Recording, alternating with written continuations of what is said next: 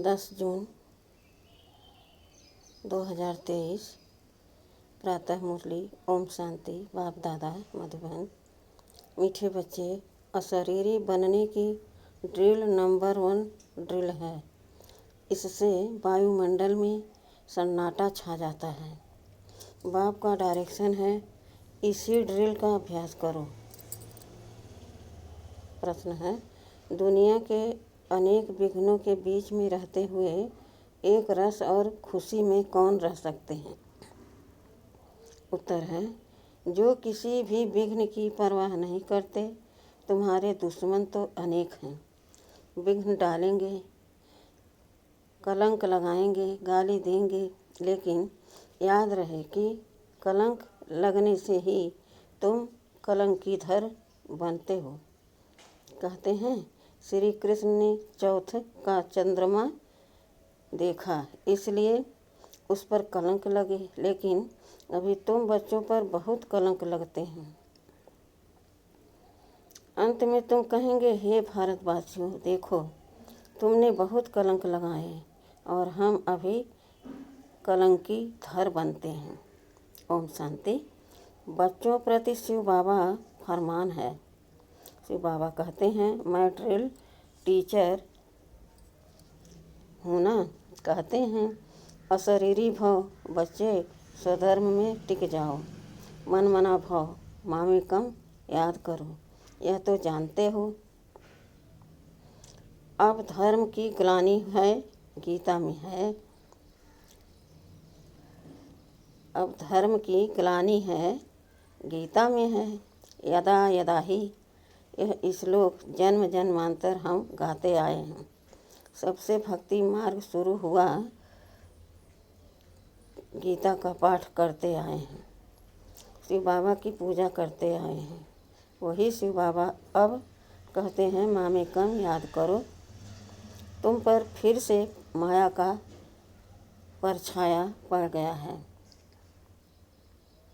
अब मैं आया हूँ माया पर जीत पहनाने के लिए, इसलिए मन मना भव, क्योंकि तुमको वापस जाना है मेरे परम धाम में।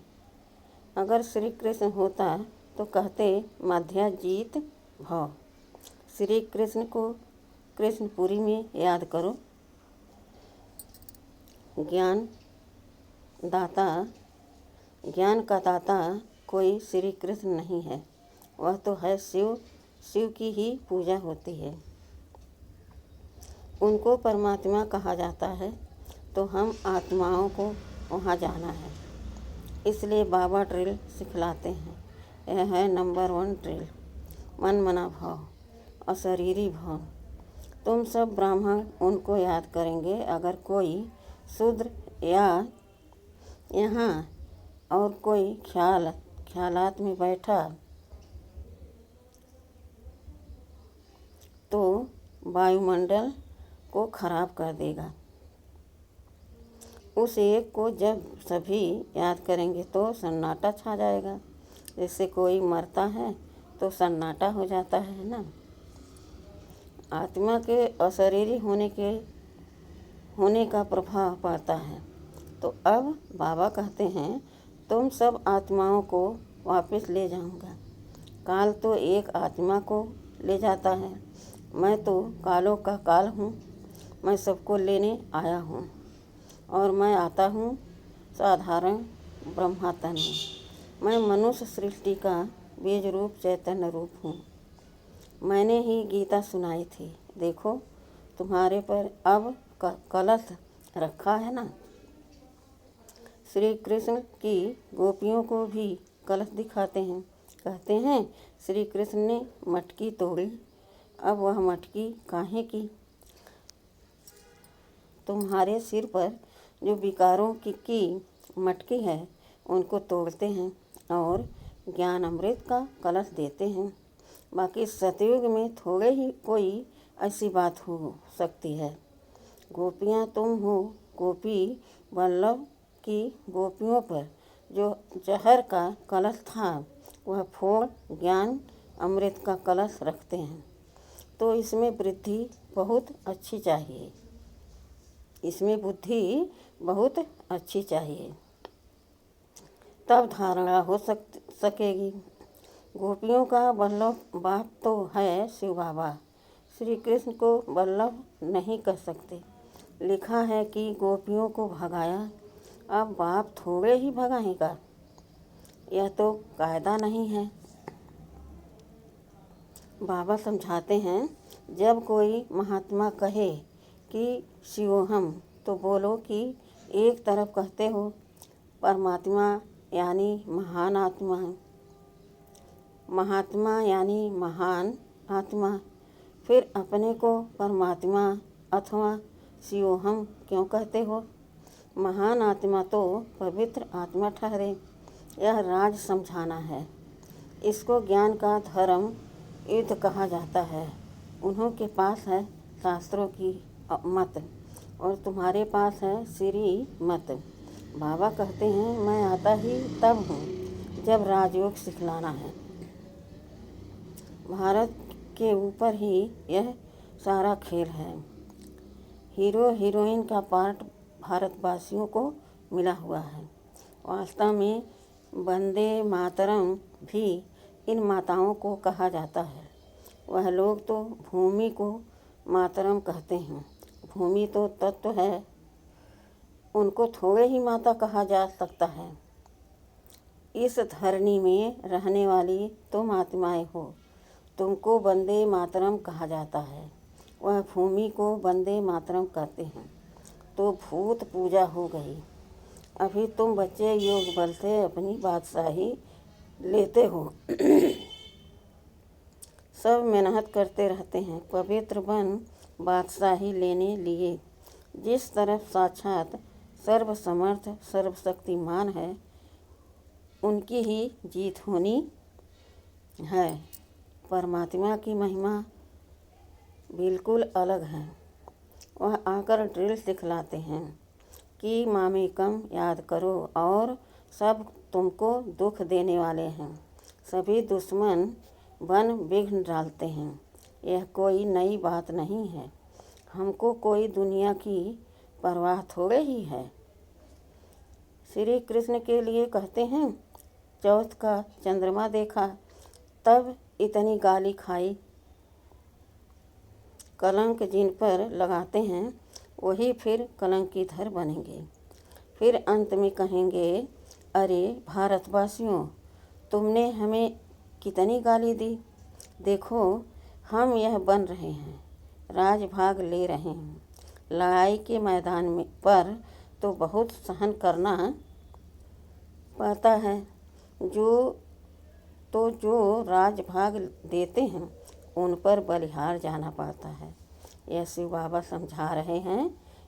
यह दादा अपने को भगवान नहीं समझते हैं, इसलिए शिव बाबा कहते हैं, बच्चे यह तुम्हारा कल्प कल्प का पार्ट है। तुम भी कहेंगे जब जब धर्म की ग्लानि होती है तब बाबा आते हैं। अब बाबा आया हुआ है और हम बाबा से वर्षा ले रहे हैं।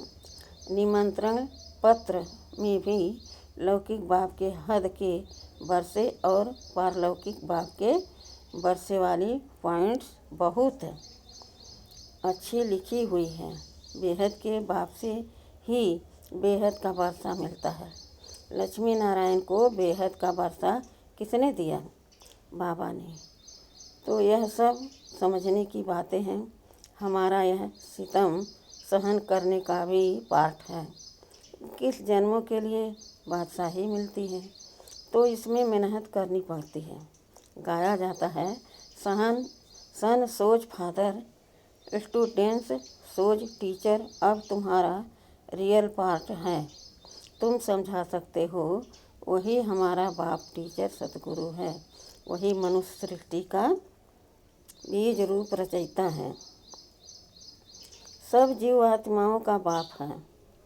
उनको सर्वव्यापी कैसे कहेंगे? बाप तो ऊपर रहने वाला है।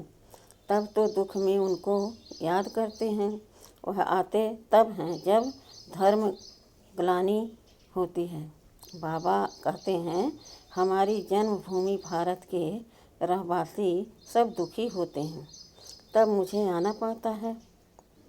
परमात्मा की जन्मभूमि भारत है, यह अक्षर कोई के मुख से कभी निकलेगा नहीं। अगर सब परमात्मा हो तो सबकी जन्मभूमि भारत होगी। बाबा कहते हैं सभी प्रिसेप्टर्स को भी मैं मुक्ति धाम ले जाता हूँ। जब उन्हों को यह मालूम पड़े कि हमको मुक्ति देने वाला बाबा है, वह भारत में जन्म लेते हैं, तो भारत बहुत बड़ा भारी तीर्थ बन जाए। समझो सभी को मालूम पड़े, परंतु आ कैसे सकें? सभी तो भारत में आ न सके। इतना तो अन्न नहीं है भारत में। यह सुनकर बहुत बहुत खुश होंगे कि ओहो, हमारा बाबा जो इन गुरुओं आदि को भी मुक्ति देते हैं, उनका जन्म भारत में होता है। पहचानेंगे तो नाले से न, और क्या देखेंगे। ब्राह्मणों में जब किसकी सोल आती है तो उनके भी बोलने से पहचानते हैं न, बिगर बोलने पहचान कैसे हो सकती। बात करने से मालूम पड़ेगा बरोबर फलानी आत्मा है। शिव बाबा भी जब नॉलेज दे तब समझें कि शिव बाबा बोलते हैं। ज्ञान यह तो दे न सके, यह सिवाय बाप के कोई समझा न सके। कभी कभी कोई कहते हैं हम शिव बाबा से बात करें, परंतु उनको पहचानेंगे कैसे, समझ भी नहीं सकेंगे। बुद्धि से समझना चाहिए कि यह नॉलेज बाबा के सिवाय कोई दे नहीं सकता। देखो कहाँ कहाँ बच्चियाँ बिगड़ देखे तड़प रही हैं। शिव बाबा से मिलने जरूर उनकी ताकत है जो खींचती है, कशिश होती है तो उन्हों को सफ़ेद पोश का साक्षात्कार कराते हैं। इसलिए बाबा कभी हमारी ड्रेस बदलने नहीं देते हैं। तो उनकी नॉलेज से मालूम पड़ता है बहुतों को भिन्न भिन्न प्रकार के साक्षात्कार भी होते हैं, परंतु उनसे क्या फ़ायदा। तुम्हारा काम नॉलेज से है, यह नॉलेज कोई दे न सके। तो यह सारा गुप्त पाठ हुआ। कहते हैं मैं आत्मा का रूप धारण कर इसमें प्रवेश हो जाता हूँ। तो यह नॉलेज इतनी बाबा ही देते हैं, हम थोड़े ही जानते थे। बाबा देखो कितनी कमाल करते हैं। कहते हैं मुझे अपना वारिस बनाओ, मैं तुम्हारी इतनी सेवा करूँगा जो तुम्हारा बच्चा भी कभी नहीं कर सकेगा। मैं तुमको 21 जन्म के लिए राजभाग दूँगा। फिर भी अगर वारिस न बनवाए तो तकदीर कहाँ जाता है। तुम बच्चियाँ जानती हो हम शिव बाबा से वर्षा लेने लिए यहाँ आए हैं। शिव बाबा को और वैकुंठ को तुम सिवाय दिव्य दृष्टि के देख न सको। ज्ञान तो बिल्कुल क्लियर मिल रहा है ना। हमको बाबा राजयोग सिखलाते हैं। ऊंच ते ऊंच वर्षा है वैकुंठ की बादशाही। जो भी पढ़ाई से मिलती है कोई भी राजयोग सिखला न सके। हम नर से नारायण बनते हैं, यह राजयोग सिखलाते ही अंत में हैं। तब तो फिर सतयुग में राजा रानी बनेंगे। यह मुसलों की लड़ाई प्रसिद्ध है। गीता से देवी देवता धर्म की स्थापना हुई। उस समय तो और कोई धर्म था नहीं, वे सब कहाँ गए। विनाश हुआ, बिल्कुल सहज बात है। ट्रेन में तो तुम बच्चे बहुत सर्विस कर सकते हो, फिर भी प्रजा तो बन जाएगी। गाड़ी का डिब्बा भी तुम्हारी प्रजा बन जाएगी। बैठकर सुनेंगे तो उनको बहुत अच्छा लगेगा। लिटरेचर हाथ में होना चाहिए, साथ में लाडला श्री कृष्ण भी होना चाहिए। अच्छा मीठे मीठे सिखिलते बच्चों प्रति माता पिता बाप दादा का याद प्यार और गुड मॉर्निंग। रूहानी बाप के रूहानी बच्चों को नमस्ते। हम रूहानी बच्चों की रूहानी बाप दादा को याद, प्यार और गुड मॉर्निंग और नमस्ते नमस्ते नमस्ते। शुक्रिया बाबा, शुक्रिया, वाह बाबा वाह। धारणा के लिए मुख्य सार है 21 जन्मों की तकदीर बनाने के लिए शिव बाबा को अपना वारिस बनाना है। हर कर्म से बाप, टीचर, सतगुरु तीनों का शो करना है। दूसरा है ज्ञान क्लियर मिल रहा है, इसलिए साक्षात्कार की आस नहीं रखनी है।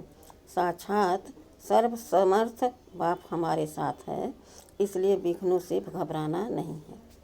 वरदान है मेरा बाबा के स्मृति स्वरूप द्वारा समर्थियों का अधिकार प्राप्त करने वाले समर्थ आत्मा भव। कल्प पहले की स्मृति आते ही बच्चे कहते तुम मेरे हो, और बाप कहते तुम मेरे हो। इस मेरेपन की स्मृति से नया जीवन, नया जहान मिल गया और सदा के लिए मेरा बाबा इस स्मृति स्वरूप में टिक गए। इसी स्मृति के रिटर्न में समर्थी स्वरूप बन गए। जो जितना स्मृति में रहते हैं उतना उन्हें समर्थियों का अधिकार प्राप्त होता है। जहाँ स्मृति है वहाँ समर्थी है ही। थोड़ी भी विस्मृति है तो व्यर्थ है, इसलिए सदा स्मृति स्वरूप सो समर्थ स्वरूप बनो। आज का स्लोगन है हार्ड वर्कर के साथ साथ स्थिति में भी सदा हार्ड मजबूत बनो। आज का स्लोगन है हार्ड वर्कर के साथ साथ स्थिति में भी सदा हार्ड मजबूत बनो। ओम शांति। आज मातेश्वरी जी के मधुर महावाक्य सृष्टि की आदि कैसे होगी। बहुत मनुष्य यह प्रश्न पूछते हैं कि परमात्मा ने सृष्टि कैसे रची है, आदि में कौन सा मनुष्य रचा। अब उसका नाम रूप समझना चाहते हैं। उस पर उन्हों को समझाया जाता है कि परमात्मा ने सृष्टि की आदि ब्रह्मा तन से ही है। पहला आदमी ब्रह्मा रचा है, तो जिस परमात्मा ने सृष्टि की आदि की है तो अवश्य परमात्मा ने भी इस सृष्टि में अपना पाठ अवश्य बजाएगा। अब परमात्मा ने कैसे पाठ बजाया। पहले तो परमात्मा ने सृष्टि को रचा, उसमें भी पहले ब्रह्मा को रचा, तो गोया पहले ब्रह्मा की पवित्र आत्मा हुई, वही जाकर ब्रह्मा की पवित्र आत्मा श्री कृष्ण बनी। उसी तन द्वारा फिर देवी देवताओं के सृष्टि की स्थापना की, तो दैवी सृष्टि की रचना ब्रह्मा तन द्वारा कराई, तो देवी देवताओं का आदि पिता ठहरा। ब्रह्मा सो श्री कृष्ण बनता है, वही श्री कृष्ण का फिर अंत का जन्म ब्रह्मा तन है। अब ऐसे ही सृष्टि का नियम चलता आता है। अब वही आत्मा सुख का पाठ पूरा कर दुख के पाठ में आती है, तो रजो तमो अवस्था पास कर फिर शूद्र से ब्राह्मण बनते हैं। तो हम हैं ब्रह्मावंशी सो शिववंशी। सच्चे ब्राह्मण अब ब्रह्मावंशी उसको कहते हैं जो ब्रह्मा के तन द्वारा अविनाशी ज्ञान लेकर पवित्र बनते हैं। तो इससे सिद्ध है कि इस सृष्टि का आदि पिता है ब्रह्मा बाबा। अच्छा, ओम शांति।